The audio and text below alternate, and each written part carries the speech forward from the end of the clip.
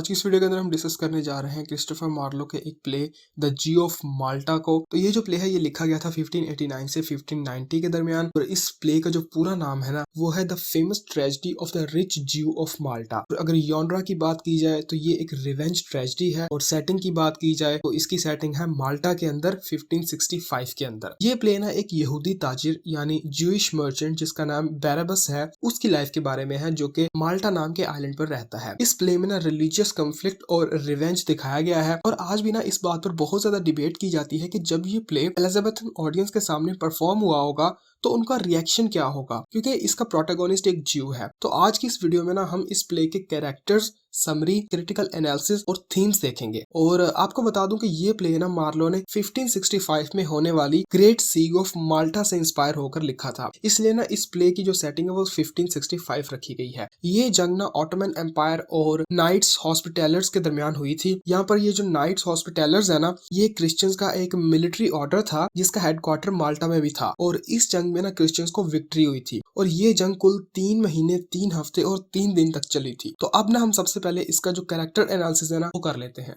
Character में सबसे पहले हमारे पास है बैराबस। ये इस प्ले का ना मेन कैरेक्टर है यानी प्रोटैगोनिस्ट है। अगर इस नाम की बात की जाए तो इसकी हिस्ट्री ना काफी इंटरेस्टिंग है। जब जीसस क्राइस्ट को क्रूसीफाई किया जा रहा था ना उनके साथ एक और आदमी भी था जिसका नाम था बैराबस। तो जीसस क्राइस्ट के बजाय ना उस आदमी को छोड़ दिया गया था। वैसे वो आदमी एक चोर था, तो जिस नाम की हिस्ट्री एक चोर के साथ जुड़ी हुई हो वो भला अच्छा कैसे हो सकता है। तो हमारा ये बैराबस भी कुछ ज्यादा ही बुरा है। तो प्ले के शुरू में ना हमें दिखाया जाता है कि एक कामयाब ज्यूइश बिजनेसमैन है जो कि क्रिश्चियंस के साथ रहता है। लेकिन जब माल्टा का गवर्नर उसकी प्रॉपर्टी को सीज कर लेता है तो हमारा ये बैराबस एक ऐसे सफर पर निकलता है जहां पर ना उसे बहुत से लोगों को मारना पड़ता है, जिसमें उसकी बेटी भी शामिल होती है। यानी आप कह सकते हैं कि जब मर्डर की बात आती है ना तो हमारा ये ज्यूइश दोस्त एक एंटी डिस्क्रिमिनेशन पॉलिसी को अडॉप्ट करता है। लेकिन क्यों, कोई पता नहीं। चलो शुरू में तो हमें ये चीज समझ में आती है कि जहां पर वो गवर्नर के बेटे का मर्डर करता है क्योंकि उसके पाप ने ही बैराबस की सारी लाइफ बर्बाद की होती है। लेकिन फिर चीजें अजीब होती हैं कि जब वो अपनी बेटी के आशिक मैथियस का भी मर्डर करता है और फिर उसके बाद अपनी बेटी के क्रिश्चियनिटी में कन्वर्ट होने के बाद उसे भी मार देता है। Spoilers alert. और उसके बाद यहाँ पे हमारे पास कैरेक्टर है फर्निस। ये फर्निस है या फर्नीजी, ये प्रोनाउंसिएशन आप देख लीजिएगा, मैं तो इसको फर्निजी कह रहा हूँ। ये ना माल्टा का क्रिश्चियन गवर्नर होता है और बेचारे बुरी किस्मत वाले लोडोविक का बाप होता है। अगर आप कहानी पढ़ने के बाद इस कैरेक्टर पर गौर करेंगे ना आपको पता चलेगा कि यही वो आदमी होता है जो कि इस प्ले के एक्शन वाले मोमेंट को बैराबस की प्रॉपर्टी छीनकर स्टार्ट करता है। और यही होता है जो कि इस स्टार्ट होने वाले एक्शन को ना बैराबस को एंड में धोखा देकर स्टॉप भी करता है। और इसी वजह से ना बैराबस की डेथ भी होती है। उसके बाद हमारे पास कैरेक्टर है इथामोर। किसी ने कहा है कि अगर तुम दोस्त नहीं बना सकते ना तो उनको खरीद लो। ये किसने कहा है ये मुझसे मत पूछना। तो बैराबस जो होता है ना वो ऐसा ही करता है और वो ना अपने लिए गुलाम खरीद कर लाता है जो कि बाद में उसका दोस्त बन जाता है। और ये ना हर काम में बैराबस की मदद करता है। हर काम में मतलब हर काम में। और जब बैराबस की बेटी क्रिश्चियनिटी में कन्वर्ट हो जाती है तो बैराबस कसम खाता है कि वो एथामोर को ही अपनी सारी जायदाद का वारिस बनाएगा। इस एथामोर को भी ना अपने मालिक की तरह क्रिश्चियन से नफरत होती है। लेकिन ये ना अपनी लॉयल्टी तब खो देता है कि जब ये एक प्रोस्टिट्यूट से मिलता है और फिर ये बैराबस को ब्लैकमेल भी करता है और गवर्नर के सामने ना बैराबस के क्राइम्स को कन्फेस भी कर लेता है। लेकिन एंड में इसकी भी डेथ हो जाती है। उसके बाद हमारे पास कैरेक्टर है एबिगेल। एबिगेल बैराबस की 14 साल की बेटी है और एक हद तक ना यही वो कैरेक्टर है कि जिसको ना तुम इस प्ले में लाइक करोगे, यानी जो कि तुम्हें किसी हद तक अच्छा कैरेक्टर लगेगा। प्ले के शुरू में ना बैराबस कहता है कि वो इस दुनिया में 2 ही चीजों की परवाह करता है, एक तो पैसा और दूसरा उसकी बेटी एबिगेल। लेकिन ये स्टेटमेंट किस हद तक सही है ये आपको प्ले पढ़कर अंदाजा हो जाएगा। एबिगेल ना अपने बाप से बहुत ज्यादा प्यार करती होती है और जब उसे पता चलता है कि गवर्नर ने उसके बाप के साथ क्या क्या किया है तो वो अपने बाप की मदद करने के लिए कुछ भी करने को तैयार होती है। तो एबिगेल ना क्रिश्चियनिटी में कन्वर्ट होने का नाटक करती है लेकिन बाद में फिर सच में कन्वर्ट हो जाती है। उसके बाद हमारे पास कैरेक्टर है सलीम कैलमहत। अगर हम इसको थोड़ा सा सही से प्रोनाउंस करें तो क्योंकि ये एक मुस्लिम नेम है तो ये बनता है सलीम कलामत।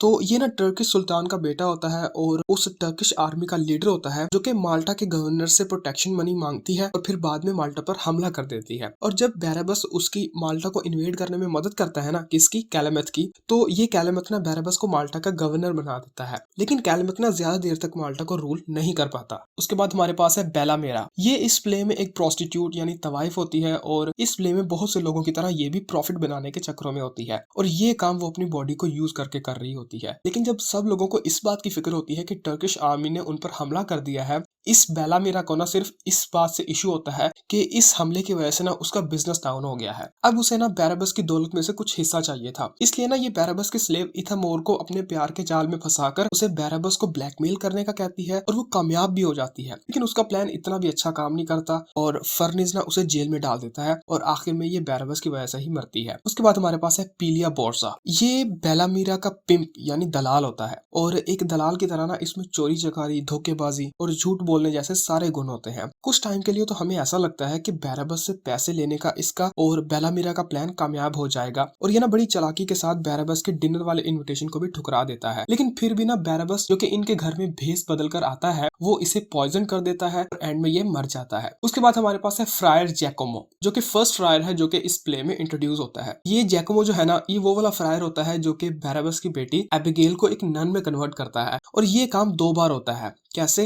ये बात मैंने आपको एबिगेल के कैरेक्टर में भी बताई है। मार्लो ने ना जैकोमो को एक करप्ट प्रीस्ट दिखाया है, इसका नन्स के साथ अफेयर भी होता है और ये पैसों के पीछे पागल भी होता है। आगे चलकर ना बैराबस जैकोमो को इसके फ्रायर दोस्त बर्नाडाइन के मर्डर के केस में फंसा देता है और जैकोमो को एग्जीक्यूट कर दिया जाता है। उसके बाद हमारे पास दूसरा फ्रायर है बर्नाडाइन। ये भी एक फ्रायर होता है जो कि जैकोमो का बहुत अच्छा दोस्त होता है, लेकिन सिर्फ तब तक जब तक पैसा इनके बीच में नहीं आ जाता। और जब जैकोमो और बर्नाडाइन ना दोनों बैराबस को इसके क्राइम्स के बारे में बताते हैं ना, तो वो क्रिश्चियनिटी में कन्वर्ट होने का नाटक करता है और कहता है कि वो अपनी जायदाद उस फ्रायर की मोनेस्ट्री को देगा जिसको वो ज्वाइन करेगा। तो क्योंकि जैकोमो और बर्नाडाइन दोनों ही क्रिश्चियनिटी के अलग अलग ऑर्डर यानी फिरके से बिलोंग करते थे, तो उनके दरमियान ना झगड़ा हो जाता है कि बैराबस किस ऑर्डर को ज्वाइन करेगा। और बाद में ये जो बैराबस होता है ना, ये इसी फ्रायर यानी बर्नाडाइन को ट्रिक करके अपने घर में ले जाता है और इसको मार देता है और इसके मर्डर का इल्जाम दूसरे फ्रायर यानी जैकोमो पे लगा देता है। उसके बाद है डॉन लोडोविक। ये माल्टा के गवर्नर फर्नस का बेटा होता है। इस प्ले में ना बैराबस सबसे पहले जिसका कत्ल करता है ना वो लोडोविक ही होता है और ये लोडोविक अपने दोस्त मैथियस के साथ लड़ता हुआ ही मरता है जब बैराबस ने इन दोनों को अपनी बेटी के लिए लड़ने पर मजबूर किया था।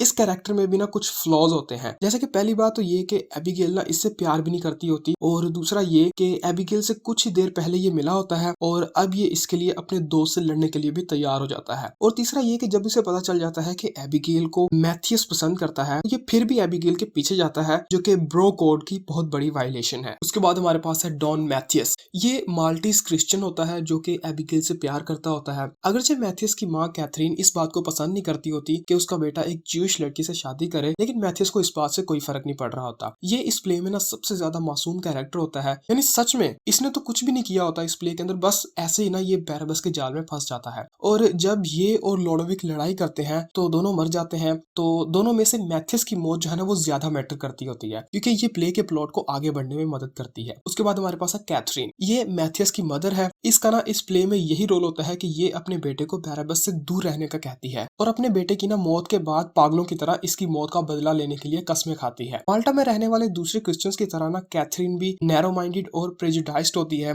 जब वो अपने बेटे को गुलामों की मंडी में ना बैराबस से बात करते हुए देखती है तो वो उससे कहती है कि इससे बात मत करो, ये लोग हेवन से गिराए गए हैं। कैथरीन ना इस प्ले के उन कैरेक्टर्स में से है जो चाहे बेगुनाह ही थे लेकिन फिर भी बैराबस की वजह से ना उनके साथ ट्रेजेडी हो जाती है। उसके बाद है मार्टिन डेल बॉस्को। ये स्पेनिश आर्मी का ना वाइस एडमिरल होता है जो कि फर्निस को टर्क्स के साथ अलायंस तोड़कर स्पेनिश के साथ मिलने को कहता है और ये इसलिए कह रहा होता है क्योंकि ना ये माल्टा के अंदर स्लेव्स को सेल करना चाह रहा होता है। लेकिन हम देखते हैं कि ये प्रोटेक्शन ना उस वक्त कुछ खास काम नहीं आती जब कैलिमथ माल्टा पर हमला करता है। उसके बाद एक कैरेक्टर है मैकेवल। ये इस प्ले के ना प्रोलोग का नैरेटर है जो कि एक फेमस फिलोसफर निकोलो मैकेवली पर बेस करता है। इसने एक बुक लिखी थी द प्रिंस, इसमें ना उसने पॉलिटिक्स के बारे में बात की थी। उसके बाद ना आगे 2-3 कैरेक्टर्स हैं जिसमें हमारे पास अदर ज्यूज है जिसके अंदर जारिथ, एमांटे और अदर ज्यू है। ये ना वो वाले कैरेक्टर्स होते हैं जो कि सिर्फ प्ले के शुरू में उस वक्त नजर आते हैं कि जब बैराबस को फर्निस के बारे में बताने के लिए आते हैं कि किस तरह फर्निस ज्यूज की प्रॉपर्टी ले रहा है और उन्होंने तो अपनी हाफ प्रॉपर्टी दे भी दी है और वो बैराबस को भी ऐसा ही करने का कहते हैं, लेकिन बैराबस ऐसा नहीं करता क्योंकि वो इन लोगों को इडियट समझ रहा होता है। तो ये थे हमारे सारे कैरेक्टर्स। अब हम चलते हैं आगे समरी की तरफ। ये प्ले ना मैकेवले के प्रोलोग से शुरू होता है जो कि कहता है कि वो एक ऐसे आदमी की कहानी सुनाने जा रहा है जो कि उसकी टीचिंग्स को फॉलो करके अमीर हुआ है। तो कहानी शुरू होती है माल्टा से।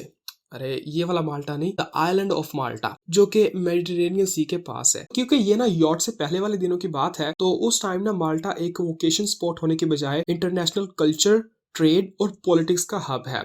मीट बैरबस। बैरबस एक अमीर ताजिर होने के साथ साथ माल्टा की ज्यूइश कम्युनिटी का मेंबर भी है, लेकिन वो कम्युनिटी एलियन है, जिसका मतलब ये है कि ये लोग माल्टा में रहते हुए बिजनेस तो कर सकते हैं लेकिन वहाँ के सिटीजन नहीं बन सकते। बैरबस की लाइफ में दो ही चीजें इंपॉर्टेंट है, एक पैसा और दूसरा बेटी। इन दोनों चीजों के अलावा ना इसने खुद के लिए भी काफी कुछ किया है, यानी माल्टा की क्रिश्चियन गवर्नमेंट के साथ बना के रखी है। लेकिन यहाँ पर ना एक प्रॉब्लम दिखाई जाती है और वो ये कि माल्टा की पॉलिटिकल सिचुएशन कुछ ठीक नहीं है। अगरचे यहाँ पर वेस्टर्न क्रिश्चियंस की मेजोरिटी रहती है, लेकिन ये फिर भी ना मुस्लिम टर्क्स के कंट्रोल में है, यानी ऑटोमन एम्पायर के कंट्रोल में है। अब सेफ रहने के लिए ना माल्टा की गवर्नमेंट को टर्क्स को पैसे देने पड़ते हैं और इन पैसों के बदले में वो टर्क्स इन्हें कुछ नहीं कहते। लेकिन अब काफी टाइम से यहाँ के लोगों ने पैसे नहीं दिए और ये चीज टर्किश सुल्तान के बेटे कैलिमत को बिल्कुल भी अच्छी नहीं लग रही होती और वो इम्पेशेंट हो रहा होता है। तो आप बताएं कि ऐसे में ना एक गवर्नर को क्या करना चाहिए? ऑब्वियसली अपने कंट्री के अमीर लोगों को एक्सप्लॉइट करना चाहिए। कर्जे में डूबे हुए countries really need to take note of this.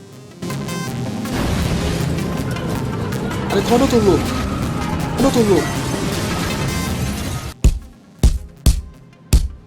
मेरे मुंह से निकल गई, क्या बताऊं भैया, मेरे धोखे से निकल गई, आज मैं मरी जाऊंगा।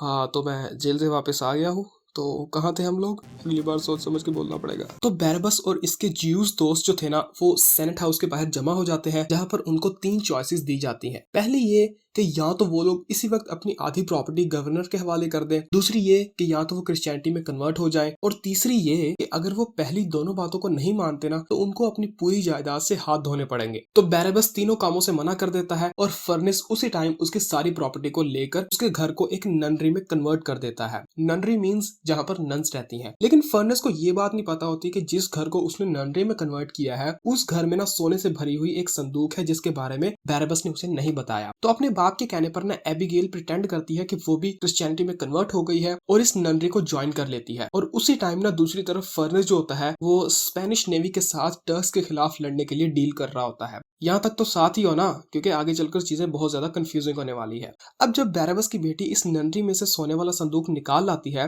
तो उससे ना बैरबस एक गुलाम खरीदता है जिसका नाम होता है इथामोर। वो मार्केट जहाँ से वो इस स्लेव को खरीदता है वहां पर ना वो 2 और लड़कों से बात करता है जो कि लोडोविक और मैथियस होते हैं। तो बैरबस ना मार्केट में सबसे पहले लोडोविक से मिलता है, जिसने अपने दोस्त और एबिगेल के लवर मैथियस से सुना था कि बैरबस की बेटी बहुत खूबसूरत है। तो जब बैरबस को पता चलता है कि ये फर्नेस का बेटा है तो बैरबस ना बाप का बदला बेटे से लेने का सोचता है और वो ना इसे कन्विंस करता है कि इसकी बेटी इसी से शादी करेगी। इतने में मैथियस इन दोनों को देखता है और आकर पूछता है कि क्या वो लोग एबिगेल के बारे में बात कर रहे थे, लेकिन बैरबस ने झूठ बोल देता है। वो दोनों लड़के ही ना बैरबस की बेटी से लव में होते हैं और बैरबस दोनों ही को बारी बारी यकीन दिलाता है कि उसकी बेटी इसी से शादी करेगी। लेकिन एबिगेल का क्या, वो किसको लाइक करती है? तो इसका जवाब है वो मैथियस को लाइक करती है। लेकिन बैरबस को इससे कोई फर्क नहीं पड़ता, वो तो बस ये चाहता है कि ये दोनों लड़के मेरी बेटी के लिए लड़ते हुए मर जाएं। और वैसा ही होता है, वो फाइट करते हैं क्योंकि दोनों ही को लग रहा होता है कि एबिगेल उसके साथ इंगेज है। तो यहाँ पर प्ले में 2 डेथ्स हो गई हैं। अब बस आगे काउंट करते जाना और कितनी डेथ्स होंगी। लेकिन जब एबिगेल को ना इथामोर के थ्रू अपने बाप के इस काम के बारे में पता चलता है तो वो ना जैकोमी फ्रायर के पास जाकर ननरी में दोबारा आने के लिए कहती है। दोबारा इसलिए क्योंकि पहली बार वो झूठ बोलकर गई थी अपने बाप का सोने वाला संदूक लेने के लिए। तो जब बैरबस को अपनी बेटी के कन्वर्ट होने के बारे में पता चलता है तो उसे बहुत ज्यादा गुस्सा आता है और वो कुछ चावलों में जहर डालकर नन्स के पास भिजवाता है और ये काम ना वो इथामोर के थ्रू करवाता है। अगले सीन में ना फर्नेस टर्किश के एक सफीर से मिलता है और उसे बताता है कि वो पैसे नहीं दे पाएंगे। तो वो सफीर ना वहां से ये कहते हुए चला जाता है कि अब ना उसका लीडर कैलिमथ उनके इस आइलैंड पर हमला करेगा। फ्रायर जैकमी और बर्नाडाइन दोनों ही नन्स की डेथ से उदास होते हैं। तो इतने में ना एबिगेल वहां पर आती है जो कि खुद भी मरने ही वाली होती है और वो ना आकर इन दोनों को लोडोविक और मैथियस की डेथ में अपने बाप की इन्वॉल्वमेंट का बता देती है और ये बात एक कन्फेशन की तरह होती है। तो इसलिए एबिगेल को यकीन होता है कि वो दोनों प्रीस्ट इस बात को पब्लिक नहीं करेंगे क्योंकि ये चीज ना कन्फेशन के रूल्स के खिलाफ है। फिर हम देखते हैं कि इथामोर और बैरबस दोनों ही नन्स की मौत पर खुशी मना रहे होते हैं। तो दोनों फ्रायर्स वहां पर आते हैं। तो बैरबस समझ जाता है कि उसकी बेटी ने ना जैकमी को इसके गुनाह कन्फेस कर दिए हैं। तो वो इन दोनों प्रीस्ट को ना इनके काम से डिस्ट्रैक्ट करने के लिए नाटक करता है कि वो भी क्रिश्चियनिटी में कन्वर्ट होना चाहता है और वो अपनी सारी दौलत इस मोनेस्ट्री में देगा जिसको वो ज्वाइन करेगा। तो इस पर ना वो दोनों फ्रायर्स इस बात को लेकर झगड़ना शुरू कर देते हैं कि बैरबस किसके ऑर्डर को ज्वाइन करेगा। तो बैरबस एक प्लान बनाता है और बर्नाडाइन को अपने घर ले जाता है। तो इथामोर ना बर्नाडाइन को गला दबाकर वहां पर मार देता है और बैरबस इस मर्डर के लिए ना जैकमी को फंसा देता है। तो यहाँ पे बॉडी काउंट कितना हो गया? 3। यहाँ पर ना हम एक प्रोस्टिट्यूट को देखते हैं और उसके साथ उसका दलाल भी होता है, क्योंकि उनका बिजनेस सही तरह से चल नहीं रहा होता, तो इसलिए ना वो बैराबस को ब्लैकमेल करके उसकी दौलत लेने का सोचते हैं। और ये काम वो इथामोर के थ्रू करते हैं, जो कि पहली नजर में ही बेलामीरा से प्यार कर बैठता है। फिर जब इथामोर अपने मास्टर के क्राइम्स को बेलामीरा और इसके पिंप के सामने कन्फेस करता है ना, तो वो डिसाइड करते हैं कि जब बैराबस बेलामीरा को पैसे दे देगा ना, तो वो इन क्राइम्स के बारे में गवर्नर को बता देंगे। बैराबस अपने इस स्लेव की डिसलॉयलिटी की वजह से बहुत ज्यादा पागल हो जाता है और भेस बदल कर ना बेलामीरा के घर पर जाता है और वहां पर जहरीले फूलों की वजह से तीनों को पॉइजन कर देता है। लेकिन इस पॉइजन का ना उन पर जल्दी असर नहीं होता, लेकिन हम समझ जाते हैं कि इस प्ले के अंदर डेथ्स का जो रेट है ना वो बढ़ने वाला है। तो बेलामीरा और पीलिया बोर्सा दोनों फर्नेस के पास जाकर बैराबस के क्राइम्स के बारे में बता देते हैं और इथामोर भी इस बात की गवाही देता है। तो फर्नेस इन सबको जेल में डाल देता है ताकि ये सब सेफ रहे। लेकिन सरप्राइज सरप्राइज, वो तीनों इस जहर की वजह से जेल में ही मर जाते हैं। अब बैराबस को छोड़कर बाकी सभी मर गए हैं तकरीबन। लेकिन यहाँ पर ना हमारे बेचारे विलन यानी बैराबस को कैप्चर कर लिया जाता है और वो ना एक ड्रग की मदद से खुद को मरा हुआ दिखाने का ढोंग करता है और फर्नेस उसे शहर की दीवार पर लटका देता है। तो जब टर्किश लीडर कैलमेथ शहर के अंदर जाने का रास्ता ढूंढ रहा होता है ना, तो उसे बैराबस मिलता है, जो कि अब थोड़ा होश में आ गया था और अब बैराबस के अंदर बदले की आग बहुत ज्यादा जल रही थी। तो वो ना कैलमेथ के साथ एक डील करता है कि वो माल्टा को इन्वेड करने में उसकी मदद करेगा और बदले में कैलमेथ उसे माल्टा का गवर्नर बनाएगा। अब सोचो हुआ क्या होगा। इसका प्लान कामयाब हो जाता है। माल्टा का कंट्रोल अब टर्क्स के हाथ में था और फर्नेस और दूसरे नाइट्स जो थे उनको चेन में जकड़ लिया जाता है और बैराबस को गवर्नर बना दिया जाता है। अब कैलमेथ बैराबस को गवर्नर बनाकर वहां से जाने का इरादा करता है, लेकिन अब बैराबस को ना अपनी जान के लाले पड़ जाते हैं, क्योंकि उसे टर्क्स के अंडर रूल करना कुछ खास नहीं लगता। इसलिए वो ना फर्नेस से डील करता है कि वो माल्टा को टर्किश रूल से आजाद कर देगा और बदले में फर्नेस उसे बहुत सारा पैसा देगा। फर्नेस मान जाता है और बैराबस ना टर्किश लीडर को अपने घर दावत पर बुलाता है। जब टर्किश लीडर बैराबस के घर दावत पर आता है तो फर्नेस ना बैराबस को प्रोटेक्ट करता है और फिर फर्नेस जो है वो बैराबस को धोखा देता है और फर्नेस और कैलमेथ दोनों ही बैराबस को ना उस देग में मरते हुए देखते हैं जो कि बैराबस ने कैलमेथ के लिए तैयार की थी और यहाँ पर बैराबस की भी डेथ हो जाती है। अब कैलमेथ की आर्मी तो मर जाती है और वो अकेला फर्नेस के रहमो करम पर होता है। फर्नेस उसे कैदी बना लेता है और कहता है कि वो उसे तब तक नहीं छोड़ेगा जब तक ऑटोमन एम्पायर इस आइलैंड को आजाद नहीं कर देता। तो अब ना हम इसका क्रिटिकल एनालिसिस देखते हैं। एनालिसिस के अंदर सबसे पहले हम योनरा को डिस्कस करते हैं। अगर योनरा की बात की जाए ना, तो इसमें बहुत ज्यादा कंफ्यूजन है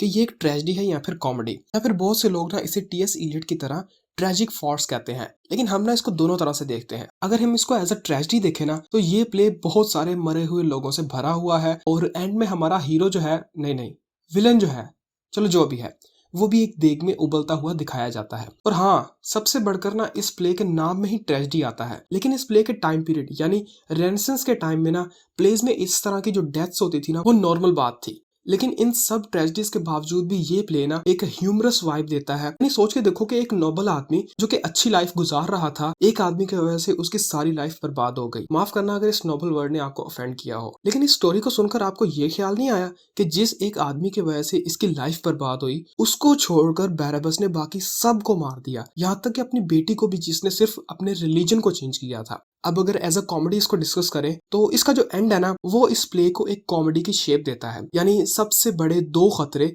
जिनसे माल्टा को खतरा था, यानी बैराबस और टर्क्स, वो खत्म हो जाते हैं। फर्नेस दोबारा गवर्नर बन जाता है और माल्टा अब सेफ है। लेकिन दूसरी कॉमेडीज की तरह ना इस प्ले के एंड में कोई मैरिज नहीं दिखाई जाती, बल्कि यहाँ पर तो डेड बॉडीज का ढेर लगा हुआ होता है, जो कि काफी डार्क है। लेकिन क्योंकि ये प्ले ट्रेजेडी भी है और कॉमेडी भी, लेकिन फिर भी ये ट्रेजिक कॉमेडी की कैटेगरी में फॉल नहीं करता। तो अब हम इसको ट्रेजिक फार्स के अकॉर्डिंग डिस्कस करते हैं। बैराबस के मर्डर्स वाले सीन ना कुछ ज्यादा ही डिलाइटफुल और जॉयफुल एनर्जी वाले थे कि इसमें से ना ट्रेजिक वाली वाइब तो बिल्कुल भी नहीं आ रही थी। क्योंकि ट्रेजेडी वो होती है कि जिसमें ना प्ले के दूसरे कैरेक्टर्स हिल जाएं और उनके लिए ना ये बात मानना मुश्किल हो जाए। लेकिन यहाँ पर ना एबिगेल की जो डेथ है ना, वो वैसी ट्रेजेडी नहीं थी, क्योंकि उसकी डेथ पर सिर्फ एक लस्टफुल फ्रायर ही था जिसने कहा था शी डाइड अ वर्जन। वैसे फार्स का मतलब होता है फनी ड्रामा, लेकिन इस प्ले में ना हमें और भी काफी हैवी स्टफ दिखाया जाता है, जैसे कि रिलीजियस और पॉलिटिकल हिपोक्रेसी, उसके बाद माइनॉरिटीज के साथ होने वाला सलूक और मल्टी कल्चरल सोसाइटी के झगड़े वगैरह। उसके बाद हम देखते हैं कि इसका टाइटल जो है उसमें क्या खास बात है।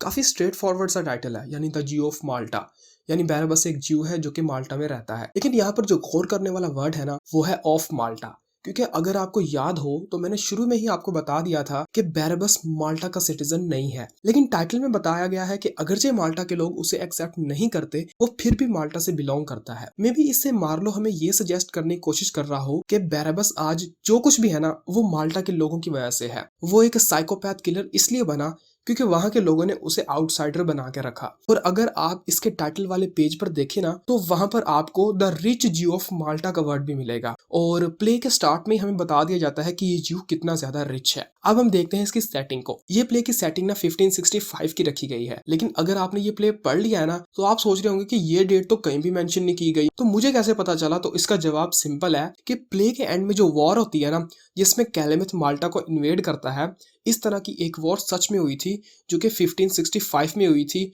और जिसको ग्रेट सीग ऑफ माल्टा कहा जाता है। और यहाँ पर क्वेश्चन इनसाइड और आउटसाइड का भी है, यानी स्टार्टिंग में ना बैरबस माल्टा के अंदर होता है, लेकिन फिर जब उसे शहर के बाहर वाली दीवार पर लटकाया जाता है तो वो उस टाइम माल्टा से बाहर होता है।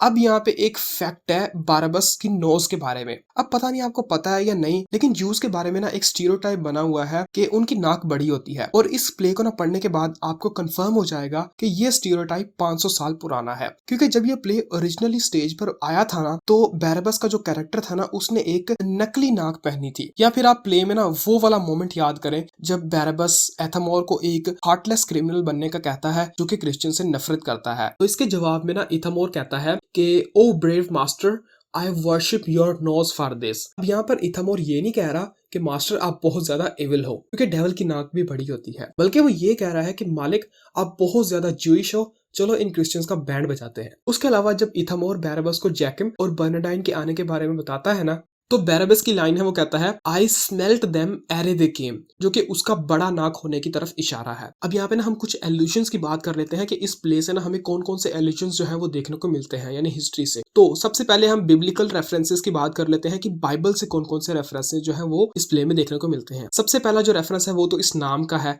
जो मैंने आपको स्टार्टिंग के अंदर बता दिया कि बैरबस जो ओरिजिनली वो कौन था, यानी जीसस क्राइस्ट के साथ जिसको क्रूसीफाई किया करना था लेकिन उसको नहीं किया गया। उसके बाद दूसरा रेफरेंस है अब्राहम का, अब्राहम यानी हज़रत इब्राहिम अलैहिस्सलाम। उसके बाद तीसरा रेफरेंस है जॉब। जॉब जो है ये एक बुक है, बाइबल की एक बुक है ओल्ड टेस्टमेंट की, जिसका नाम है द बुक ऑफ जॉब, तो उसका यहाँ पे रेफरेंस है। उसके बाद है जेनेसिस, जेनेसिस यानी इस यूनिवर्स की क्रिएशन के बारे में बात हुई है। उसके बाद है मैथ्यू। मैथ्यू जो है ना ये जीसस क्राइस्ट के उन 4 गॉस्पल्स में से एक गॉस्पल था जिसने न्यू टेस्टमेंट लिखी थी। उसके बाद है अब्राहम एंड इसहाक, यानी इब्राहिम अलैहिस्सलाम और हज़रत इसहाक अलैहिस्सलाम। उसके बाद है सैमसन एंड डेलीला। सैमसन और डेलीला जो है ना ये भी बाइबल की एक स्टोरी है कि सैमसन जो था ये इजराइल का रहने वाला था और डेलीला जो थी ये फलस्तीन की रहने वाली थी। और सैमसन जो था ये बहुत मतलब बहादुर आदमी था और इसकी सारी जो ताकत थी ना वो इसके बालों में थी। इस तरह से कोई स्टोरी थी। फलस्तीन के लोग जो थे ना इन्होंने डेलीला को सैमसन की लवर बना के वहां पर भेजा और उसने क्या किया कि उसके बालों को काट दिया जिससे उसकी स्ट्रेंथ खत्म हो गई।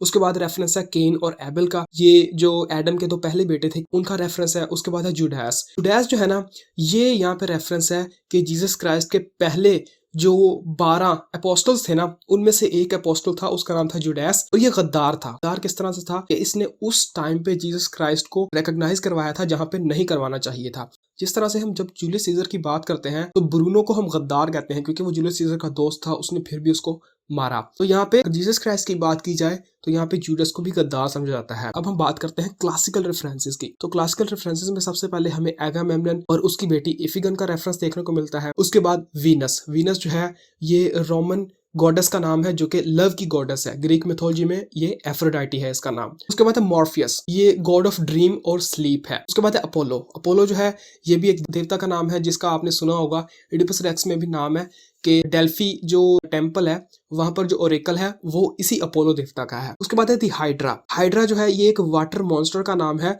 जिसको हरक्यूलिस ने अपने सेकंड लेबर में मारा था। उसके बाद है द रिवर स्टिक्स। स्टिक्स जो है ना ये अंडरवर्ल्ड यानी जहन्नुम के अंदर एक दरिया का नाम है। ये भी ग्रीक मिथोलॉजी के सारे रेफरेंसेस हैं।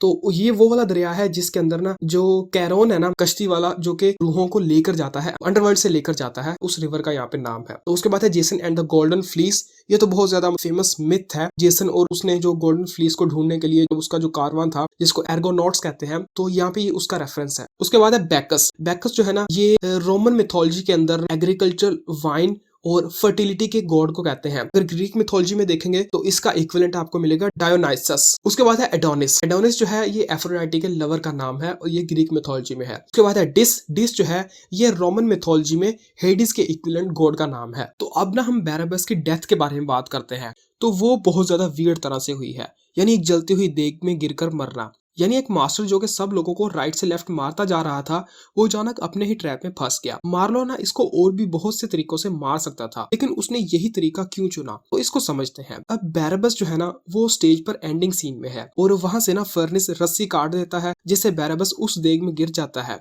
अगर आप इस सीन को ना थोड़ा इमेजिन करो ना तो आपको वो सीन क्रिश्चियंस की हेल की तरह लगेगा। और जरा सोचो कि ऑडियंस में ज्यादातर क्रिश्चियंस ही होंगे उस टाइम, जो कि इतनी देर से एक ज्यूइश को बर्दाश्त कर रहे होंगे, और जब उन्होंने बैराबस को इस तरह से मरते हुए देखा तो उनको कितना मजा आया होगा। यानी एक क्रिश्चियन लीडर ने एक काफिर को जहन्नुम में भेज दिया। लेकिन मजे की बात बताऊं, जुडाइज्म जो है ना यानी ज्यूज के नजदीक हेल का कोई खास कॉन्सेप्ट नहीं है। अब हम इसके थीम्स की बात करते हैं। तो इस प्ले के थीम्स के अंदर ना हमें देखने को मिलता है lies and deceit, prejudice, wealth, religion, hypocrisy, justice and judgement, revenge, politics, ये सारे थीम्स हैं। तो सबसे पहले है लाइज एंड डिसीट। इस प्ले का स्टार्ट ये एक ऐसे घोस्ट से होता है जिसका नाम निकोलो मैकियावेली है, जिसने लिटरली एक बुक लिखी है जिसमें उसने ना पावर को अचीव और मेंटेन करने के लिए हर तरह के डर्टी आइडियाज को सपोर्ट किया है। यहाँ पर मैंने द प्रिंस बुक की बात की है, जिससे ना हमें ये आइडिया हो जाता है कि हमारे इस प्ले में बहुत से कैरेक्टर्स झूठ बोलने वाले हैं और चीटिंग करने वाले हैं। यानी फर्नेस जैसा कैरेक्टर भी ना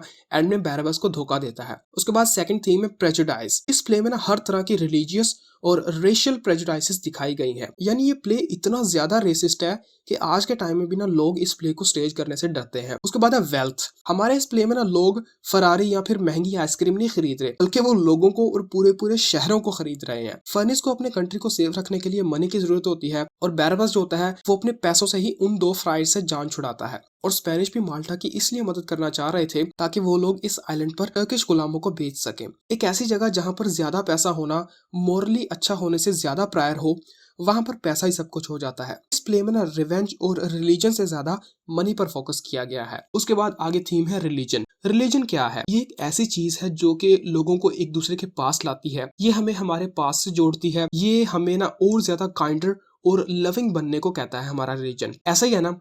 लेकिन इस प्ले में ये सीन बिल्कुल भी नहीं है। इस the Jio of Malta play में ना रिलीजन लोगों को एक दूसरे से नफरत करने का बस एक जरिया है। यानी रिलीजन और रेस इतना ज्यादा जुड़े हुए हैं कि हमें समझ नहीं आता कि टर्क्स के साथ जो बैटल है वो पॉलिटिकल बैटल है या फिर रिलीजियस बैटल है। यानी लोग बैराबस से इसके रिलीजन की वजह से हेट करते थे, या फिर उनको बस कोई चाहिए था जिसको वो ब्लेम कर सके और उसके पैसे चुरा सके। तो हम कह सकते हैं कि इस प्ले में ना कोई भी इंडिविजुअल मजहब से नहीं जुड़ा था, बल्कि उन्होंने मजहब की आड़ में वो चीजें करने की कोशिश की जो कि वो चाहते थे। उसके बाद हमारे पास है हिपोक्रेसी। हिपोक्रेसी क्या है? इसका मतलब है कि आप अंदर से किसी और सेट ऑफ मॉरल स्टैंडर्ड्स को फॉलो करते हैं, लेकिन बाहर से किसी और सेट ऑफ मॉरल रूल्स को शो करते हैं। बुरी बात है ना? लेकिन याद रखना कि ये प्ले एक ऐसे नैरेटर मैकियावेली से स्टार्ट होता है जिसके लिए बात ऐसे है कि जब तक आप हिपोक्रेसी की वजह से पावर में है ना, हिपोक्रेसी आपके लिए बिल्कुल ठीक है।